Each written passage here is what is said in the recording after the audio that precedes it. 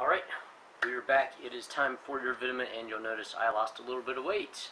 We'll talk about this more later on in another vitamin, but I helped out with the cancer charity last night and gave a little bit off the top. So actually gave a lot off the top. But with that, your vitamin, we're continuing our quest for knowledge and knowledge of body and all kinds of different things in your body. Last time we talked about your liver. Remember, take care of your liver because it will take care of you. And if you don't, well, you're not going to be liver too much longer. So with that, today we're going to talk about your pancreas and your spleen.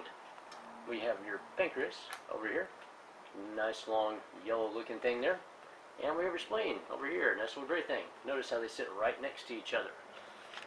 So with that, let's talk about these guys. Pancreas, you're going to know this one because of diabetes, specifically type 1 type 2 diabetes, because the main thing that everybody thinks about with pancreas is insulin. And yes, it does release insulin constantly unless you have type 1, in which case it gets attacked by your immune system and cannot release any insulin into your system. That's why people have to take insulin when they're type 1 diabetic. Type 2 basically means it's putting insulin out there, but your body's not receiving it. It's not receptive to it. You are insulin resistant, meaning no matter how much insulin you put in your system, your muscle cells are not going to take anything in, which means everything goes to your fat cells and you get bigger. So, with that, quit taking in so much sugar. It helps out. A few other things that it does for you.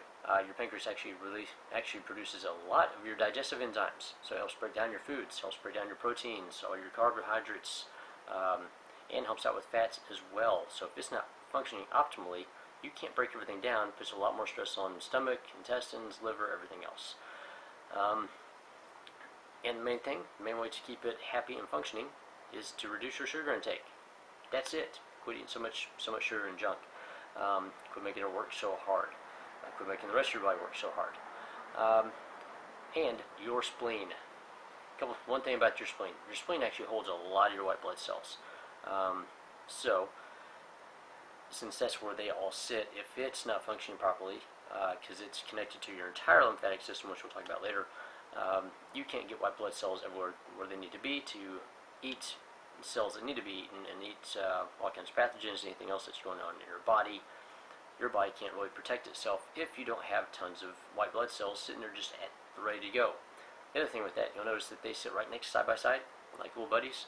For anybody who's got type 1 diabetes, not good, because since the spleen carries a lot of white blood cells, they're always attacking because they're right there. Neat thing about the spleen, it can regenerate. It's much like your liver. It's like a smaller version of the liver in the fact that it filters all of your blood cells. All your blood goes through it. So any bad red blood cells or any dead red blood cells, it takes those, breaks them down, and gets rid of them. And you know what it needs to do that? It needs enzymes from your pancreas to do that. Because if it doesn't have all those, it can't do its job well, which means everything transfers to the liver. Liver has to work harder. So with that is an extra long vitamin today because I missed out yesterday. Sorry, I was getting this done. Hope you enjoy it. Everybody else is loving it. And I'm having some fun with it. So with that, that's your vitamin. See you tomorrow.